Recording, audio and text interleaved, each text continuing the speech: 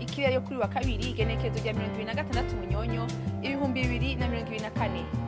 Ejo mu gitondo hatekanywa ko hazokwaka izuba harimo n'ibicu bikeya mu ntara nyinshi zigize igihugu cacu kiretse mu ntara za Rutana, Makamba, Bururi, Rumonge, Muramvya na Cibitoke aho ikirere kizoba kirimwo ibicu vyinshi.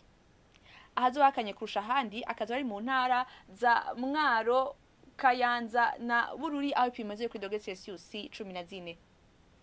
Ku muhingamo hatekanywa ko hazogwa imvura mu gihugu cose. Mu ntara za Bujumbura na Muyinga hakazocamwo ibihe vy'izuba, nayo mu ntara za Kirundo, Ngozi na Cankuzo iyo mvura ikazoba irimwo imituragaro. Ibipimo vy'ubushuhe biri hejuru kurusha handi bikazokibonekeza mu ntara za Bujumbura na Cibitoke aho ibipimo byo kuri Celsius 26.